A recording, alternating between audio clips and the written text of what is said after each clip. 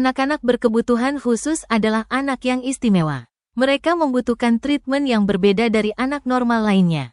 Dibutuhkan kehati-hatian serta ketelitian dalam merawat serta berkomunikasi dengan anak-anak tersebut.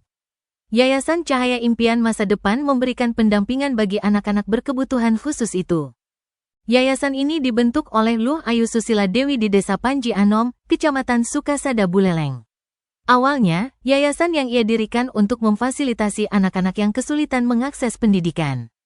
Seiring waktu ia juga menemukan banyak anak-anak berkebutuhan khusus yang mesti diberi perhatian lebih.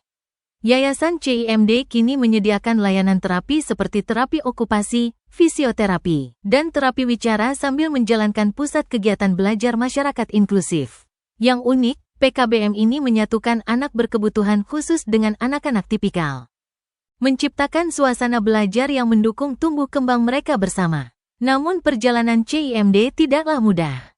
Salah satu tantangan terbesar adalah terbatasnya jumlah tenaga pengajar terlatih yang dapat menangani anak-anak berkebutuhan khusus. Saat ini lebih dari 70% siswa di yayasan adalah anak berkebutuhan khusus, dan kekurangan tenaga pengajar terlatih menjadi kendala utama dalam menyediakan pendidikan yang optimal. Selain terapi dan pendidikan, Yayasan CIMD juga mengelola Panti Asuhan LKSA Anak Domba Bali, yang menjadi rumah bagi anak-anak yatim piatu tanpa keluarga.